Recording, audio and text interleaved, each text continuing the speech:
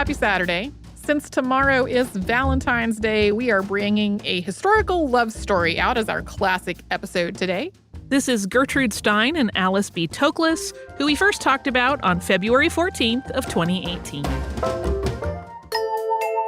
Welcome to Stuff You Missed in History Class, a production of iHeartRadio.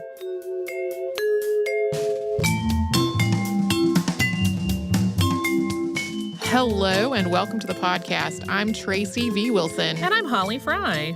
Today's podcast is coming out on Valentine's Day, so we thought it would be a good day to talk about a famous literary couple, Gertrude Stein and Alice B. Toklas. Gertrude Stein is an icon in the world of modernist literature, and although Alice B. Toklas is more often described as her partner and assistant, she was a published writer as well, and assistant does not really begin to cover how important she was to Stein's life and work. Also together, the two of them famously hosted a salon at their Paris home that was frequented by artists and writers such as Pablo Picasso, F. Scott Fitzgerald, and Henri Matisse. And that salon was really influential in the whole world of literature and art. Yeah, it gets referenced in a lot of people's life biographies that, we met at Gertrude Stein's salon. That she's kind of becomes a big connecting point in history at that point. So Gertrude Stein was born in Allegheny, Pennsylvania on February 3rd, 1874.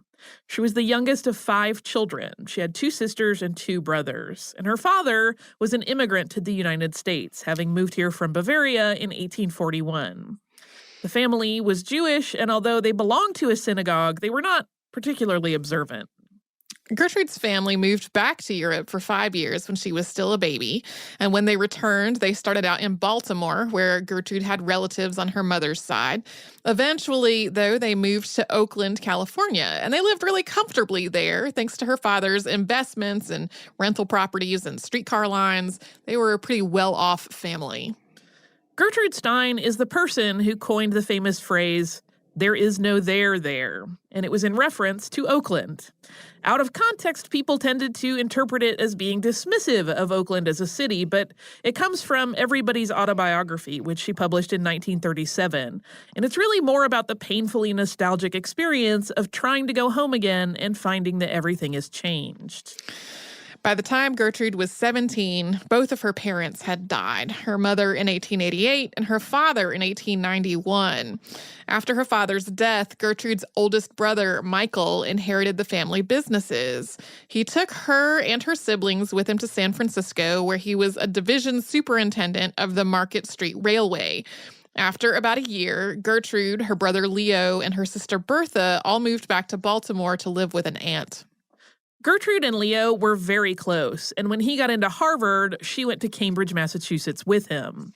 She enrolled at Harvard's School for Women, which was known as Harvard Annex when she started, but had been renamed Radcliffe College by the time she graduated in 1897. While she was in college, Gertrude Stein was deeply interested in psychology. She studied under psychologist William James. She published 2 formal papers in psychology before she graduated.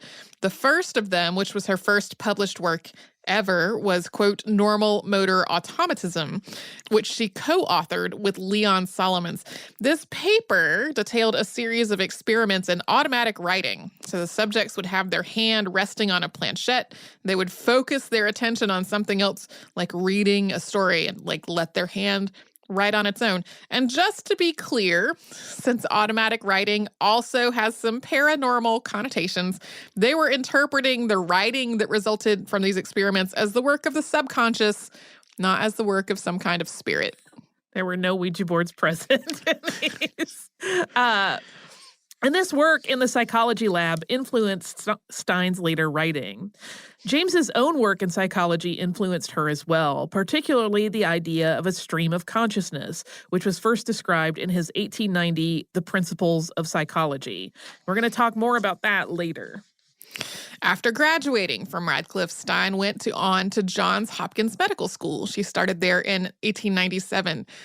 But it didn't go very well. Toward the end of her studies, she started failing classes. She had also become infatuated with Mary Bookstaver, who was nicknamed May. She was involved with one of Gertrude Stein's classmates.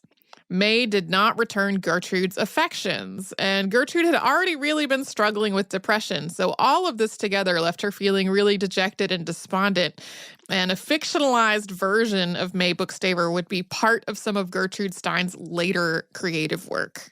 By this point, Leo Stein had moved to London, so in 1902, Gertrude dropped out of Johns Hopkins and joined him there. In 1903, they moved to France, where Leo had a flat at 27 Rue de Fleurus in Montparnasse. Michael and Sarah Stein, along with their son Alan, soon moved into a home nearby as well. And Michael had been shrewd in his management of their father's investments, and it was largely his money that allowed them all to have a very comfortable life in France. It was in France at the age of 29 that Gertrude Stein really started to dedicate herself to writing. She and her brother were also patrons of the arts. They sought out avant-garde artists whose work was at the time unknown.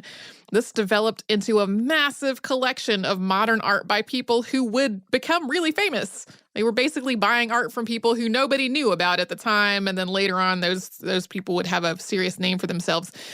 The biggest presences in that collection were Paul Cézanne, Henri Matisse, and Pablo Picasso. A lot of other artists were part of this collection too, including Edouard Manet and Henri Toulouse-Lautrec. This collection literally filled the walls at 27 Rue de Fleurus. And in 1968, James R. Mello, writing for the New York Times, described it as the world's first museum of modern art. I know I'm romanticizing it, but this whole life situation sounds pretty heavenly. Like we have enough money to kind of do what we want. Let's go find unknown and obscure artists. We'll just have beautiful art around us all the time, and we live in France. That sounds lovely. Yeah, it really does. And it's likely that Leo was really the one who introduced Gertrude to the Parisian art scene. But Gertrude developed a particular interest in one specific artist, and that was Pablo Picasso. Gertrude's patronage helped Picasso stay afloat in the early part of his career. In 1906, he painted her portrait, which is in the collection of the Metropolitan Museum of Art today. In 1907, Gertrude Stein met Alice B. Toklas. Alice was born in San Francisco on April 30th of 1877. Her parents were Ferdinand Toklas and Emma Levinsky, and she was their oldest child and their only daughter. Like Gertrude, Alice's father was an immigrant, having to come to Poland in 1865. Her mother's father and uncles had immigrated from Poland as well. Another similarity between the two families is that the Toklases were Jewish, but not especially observant. Alice had a well-off but otherwise conventional childhood, with the family moving to Seattle in 1890. She attended private schools before going to the University of Seattle, and she enjoyed art and music, and she was good enough at the piano that for a while she actually thought about becoming a concert pianist. Alice also loved reading, and her favorite writer was Henry James, brother of Gertrude's psychology mentor, William James. The Toklas family eventually moved back to San Francisco, and Alice's mother, Emma, died there in 1897 when Alice was 20. In San Francisco, the Toklases became acquainted with some of the Stein family. And in 1906, in the wake of the San Francisco earthquake, Michael and Sarah Stein traveled back from France to check on all their property there. Alice was captivated by the Steins' stories of Europe, and since the death of her mother, she'd found herself spending most of her time keeping house for the men in her family. She'd also come to understand that she was attracted to other women. All of this together made her life in California feel really narrow and restrictive. So, in 1907, at the age of 30, she decided to try to find more freedom for herself in Paris, traveling there with her friend Harriet Lane Levy. On September 8th, 1907, Gertrude Stein met Alice B. Toklas for the first time at the Paris home of Michael Stein. That was Toklas's first day in Paris. And we will talk about how they started to build a life together after a quick sponsor break.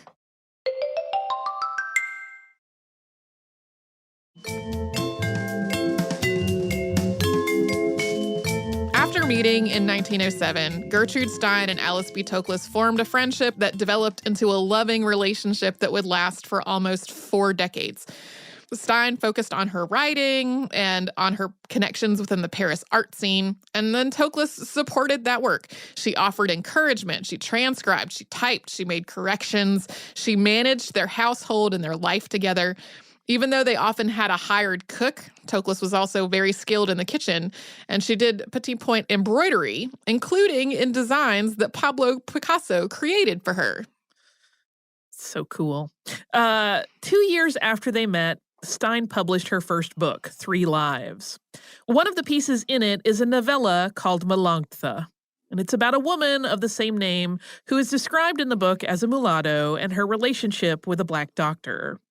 At the time, this story earned a lot of praise for being a depiction of Black life written by a white woman. But of course, today, that seems patronizing and dated. And it was largely about Stein's relationship with May Bookstaver, recast as being between a man and woman of color. Alice moved in with Gertrude and Leo in 1910, and things did not go very well between the two siblings. Some of Leo's differences with his sister were artistic. Leo didn't think Gertrude's writing was particularly good, which Gertrude resented. Gertrude had also become an avid supporter of the Cubist art movement, which Leo didn't think was particularly valuable or noteworthy. This seems like such a sibling thing, right? Yeah. But on a more personal level, the word homophobia had not been coined yet. And as we talk about in our recent episode on Ann Lister, the idea of lesbianism as an identity was in its infancy at the turn of the 20th century. But Leo knew that Gertrude and Alice were not simply close platonic friends, and he did not approve of that. So in 1913, Leo Stein moved out of the flat at 27 Rue de Fleurus. He and Gertrude divided up that massive art collection, with Gertrude's portion including the Picassos.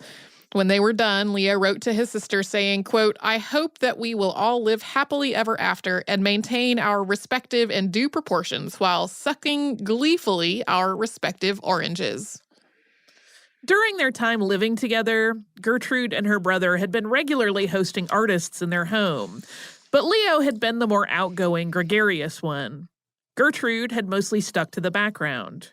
And once her brother moved out, Gertrude moved into his former role, often being the one to talk to writers and painters, while Alice socialized with their wives.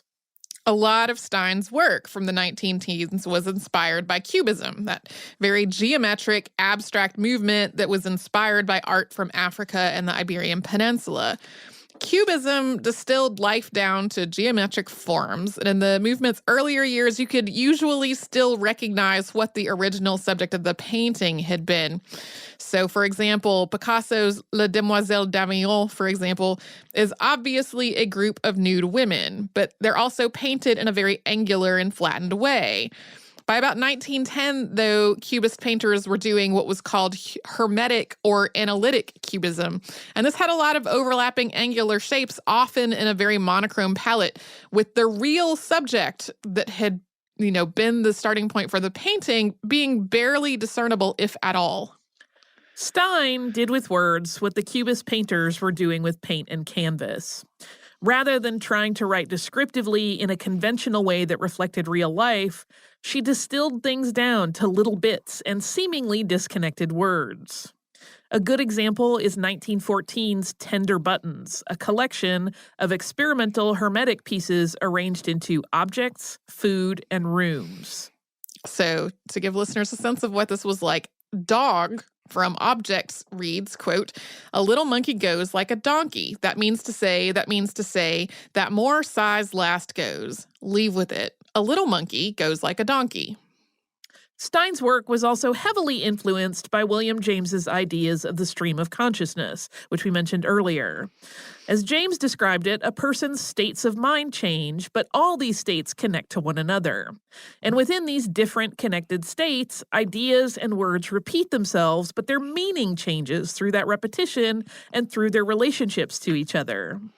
Stein put this concept into practice in works like Sacred Emily, which was where she first penned her most famous line, "Rose is a rose, is a rose, is a rose."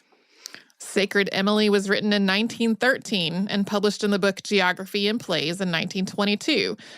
It's a 367-line poem, nearly all of it 1- and 2-syllable words, which recounts the day of an ordinary woman at home.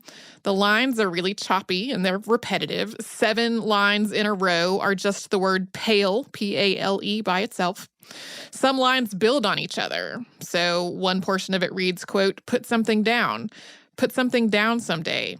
Put something down someday in. Put something down someday in my hand. In my hand write. In my handwriting. Put something down someday in my handwriting." Today, Gertrude Stein is considered to be a pioneer in modernist literature, but there is some debate about exactly how much of her work directly influenced other writers at the time.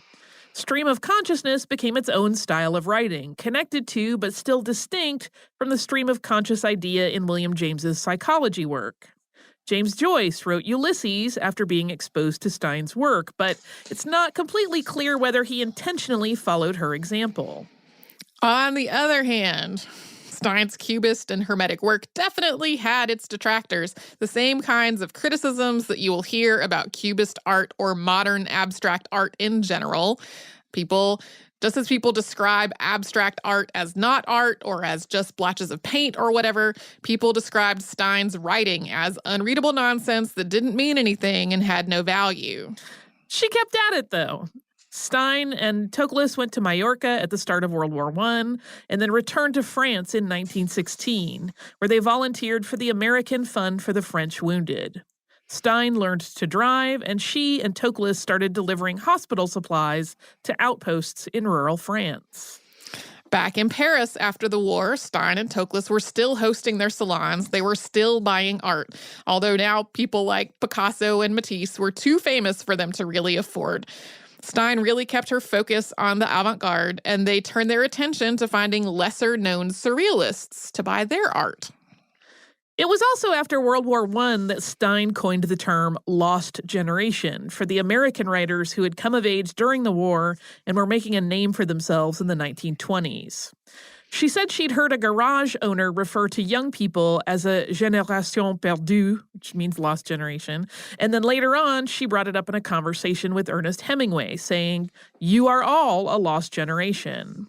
It was Hemingway who popularized the term, which came to apply both to that whole generation of Americans and especially to the American expatriate writers living in Europe, including, of course, Hemingway and F. Scott Fitzgerald. Through all of this, through the war, after the war, all of it, Stein and Toklas were inseparable. They had a whole collection of pet names for one another. Stein called Toklas wifey. Toklas called Stein lovey. They called each other Mr. and Mrs. Cuddlewaddles. These are just examples. Stein often stayed up really late writing, and she would leave little notes by the pillow for Toklas to find when she woke up in the morning, signing them YD for your darling. Although Stein was definitely the more famous, Toklas played an active part in managing her literary career, including eventually managing the small press they established to publish Stein's more unconventional works. It was Toklas's support that kept Stein writing through the 1920s and into the early 1930s. Although their salon was immensely popular and had become sort of an incubator for avant-garde artists and writers, her more experimental and unconventional books didn't really sell. Stein wanted literary glory, and without Toklas urging her on, she might have given up in those years without it. Although people tend to describe the two women as near opposites, with Stein being the dominating force in the relationship, Toklas definitely held her own when she wanted to. Case in point, Ernest Hemingway made no secret of the fact that he wanted a sexual relationship with Gertrude Stein. Alice B. Toklas was having none of that, and eventually got Stein to cut him out of their social circle.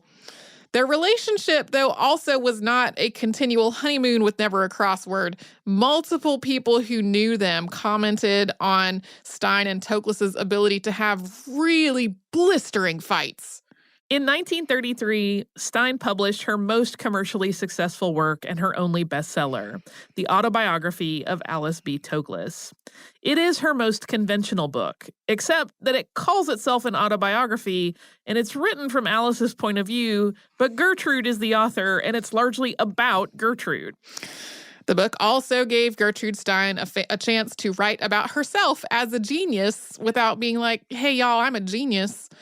As an example, here is how, in Toklas's voice, Gertrude Stein wrote of their first meeting. Quote, I may say that only 3 times in my life have I met a genius, and each time a bell within me rang, and I was not mistaken. And I may say that in each case it was before there was any general recognition of the quality of genius in them. The 3 geniuses of whom I wish to speak are Gertrude Stein, Pablo Picasso, and Alfred Whitehead.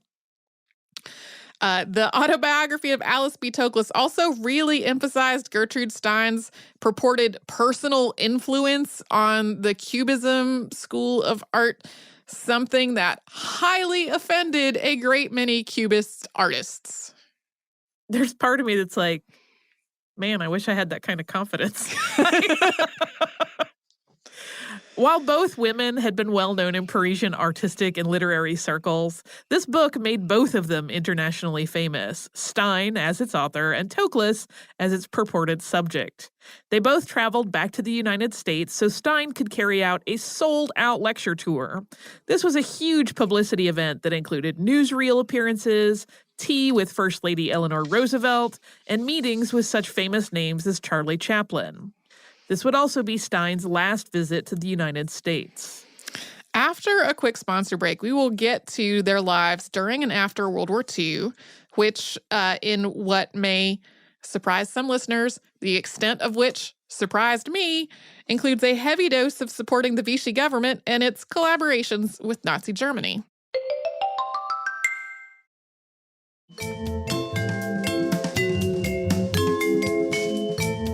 Between the 2 world wars, Gertrude Stein and Alice B. Toklas kept up their life in Paris when they weren't on that enormous and wildly successful publicity tour.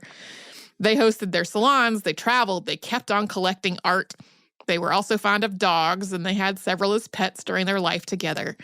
In 1937, they moved into a new apartment at 5 Rue Christine. At the start of World War II, Gertrude Stein and Alice B. Toklas decided to stay in France, even though as an elderly Jewish couple with an enormous art collection, this was obviously very risky.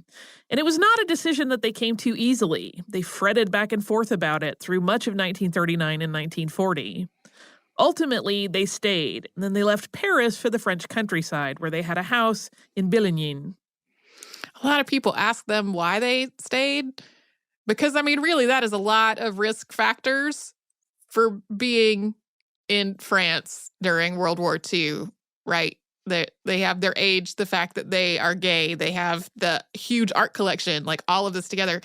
And the answers that they gave were kind of like Gertrude Stein was like, yeah, I didn't want to travel and I'm picky about my food. So, I mean, I see how it would be hard to leave French food behind. I do. But yeah. So a lot of accounts really gloss over how they made this work. And the answer is that it was largely through the protection of Bernard Failly, who was a high-ranking and openly anti-Semitic Vichy government official. Quick recap, if anyone needs a brush up on this part of World War II. The Vichy government was installed after France fell to Nazi Germany. It collaborated with Germany for the rest of the war, and it's named after the town of Vichy, which effectively acted as the French capital. During World War II, the Vichy government deported 75,000 Jews to Nazi extermination camps, and almost none of them survived. When Vichy Chief of State Marshal Philippe Pétain banned secret societies in 1940, Failly himself compiled a list of Freemasons that led to 6,000 imprisonments, nearly 1,000 deportations, and more than 500 deaths. It's not clear how much of Failly's work during the war Stein knew about. She probably did not know about this whole Freemason list. She certainly knew that Jewish people were being rounded up and deported. But she had been friends with Bernard Failly since 1926. And then later on, Toklas would call him Stein's dearest friend. The reason that Stein and Toklas were left alone was that Failly arranged it with Philippe Pétain. Stein had a connection with Pétain as well. In 1941, at Failly's suggestion, she translated a set of his anti-Semitic speeches into English. She described herself as a propagandist for the Vichy government. Failly's protection of Stein and Toklas extended to their Paris apartment as well. while they were in Boulogne, the Gestapo broke into that apartment and they started packing up all the art for removal. A neighbor contacted the gendarme who arrived on the scene and asked these Gestapo to show their requisition orders for the paintings. They didn't have orders, which bought a little time while Fay arranged for the art to be left alone. His protection didn't really extend to the rest of the apartment, though, and some of Stein's and Toklas's other possessions were looted. After the war, Fay was put on trial for his collaboration with Nazi Germany, and Stein wrote a letter in his defense. To add to all of this, in a May 6, 1934 New York Times article, Gertrude Stein is quoted as saying, quote, "I say that Hitler ought to have the Peace Prize because he is removing all elements of contest and struggle from Germany. By driving out the Jews and the democratic and left elements, he is driving out everything that conduces to activity. That means peace." The general consensus is that she probably meant this ironically, and given that Stein's entire literary career was about playing with and breaking the conventional rules of language, it was probably not intended to be taken at face value. But her later support of Pétain and the Vichy government and her defense of Fay make it hard to just dismiss that statement with, oh, she was supposed to be ironic there.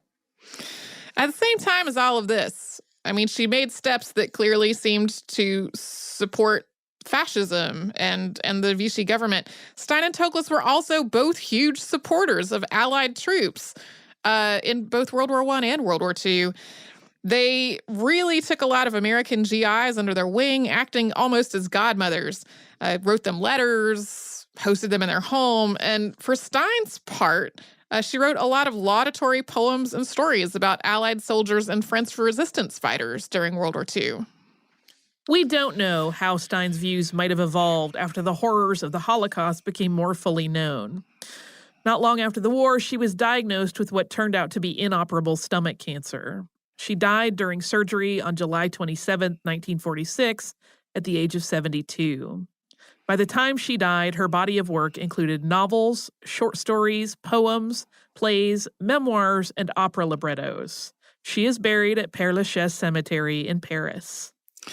After Stein's death, Alice B. Toklas converted to Catholicism, saying that she hoped that she would meet Gertrude again in heaven. She said that Stein's genius would have secured her a place there, even though she was a Jew. Toklas also spent the rest of her life publishing and promoting Stein's work. While Stein was alive, Toklas had never tried to compete with her in the world of literature. But after Stein's death, she published multiple works of her own. Two of these works were cookbooks. The Alice B. Toklas cookbook blends recipes and memoir, giving glimpses of the two women's life together. It also includes a recipe for hashish fudge, which she said was given to her by painter and performance artist Brian Geisen. The other cookbook is called Aromas and Flavors of Past and Present, a book of exquisite cooking, which is a more straightforward recipe book. Yeah, that fudge recipe, she was pretty, I don't even know the best word. She was, kind of just lighthearted about it later on. She was like, oh, you just gave me that recipe. But then the fact that it was in the cookbook sort of made her almost a cult figure within the counterculture movement in the 60s.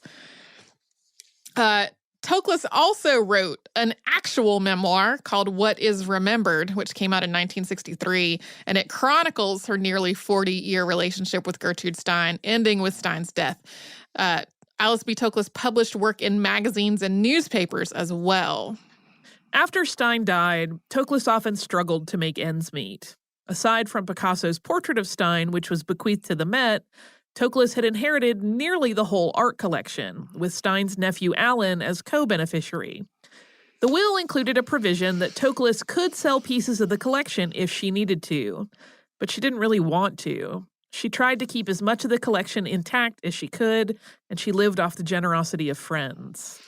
By 1960, Alan Stein had died, and his widow, Rubina Stein, removed the paintings from Toklas's apartment while she was away in Rome and had them put in a vault at Chase Manhattan Bank in Paris.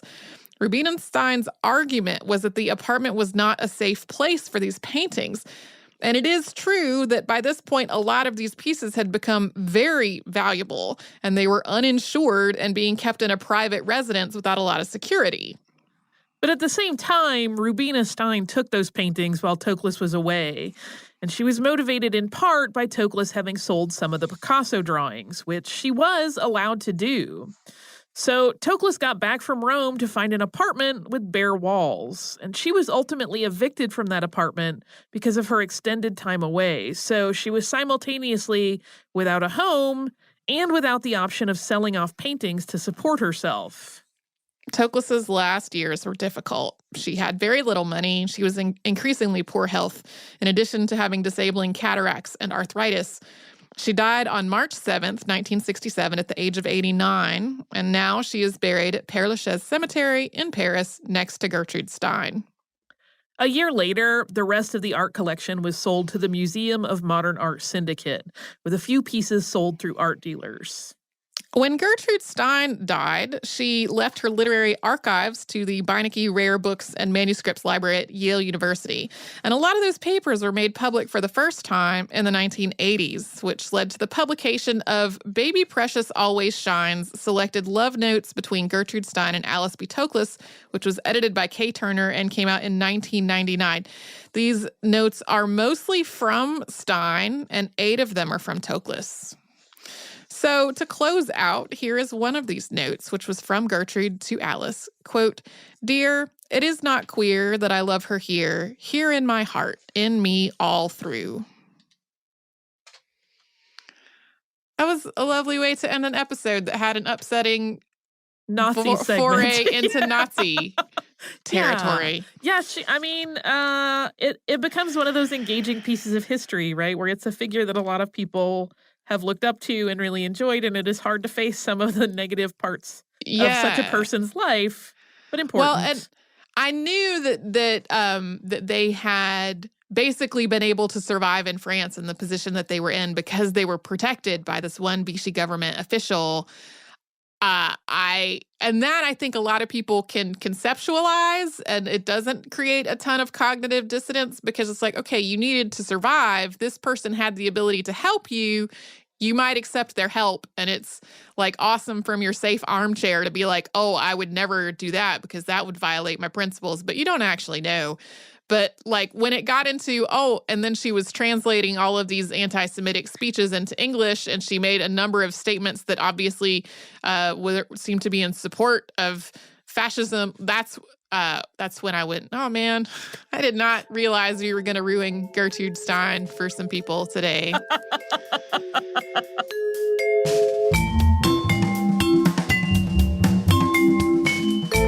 Thanks so much for joining us on this Saturday. Since this episode is out of the archive, if you heard an email address or a Facebook URL or something similar over the course of the show, that could be obsolete now. Our current email address is historypodcast@iHeartRadio.com. Our old How Stuff Works email address no longer works.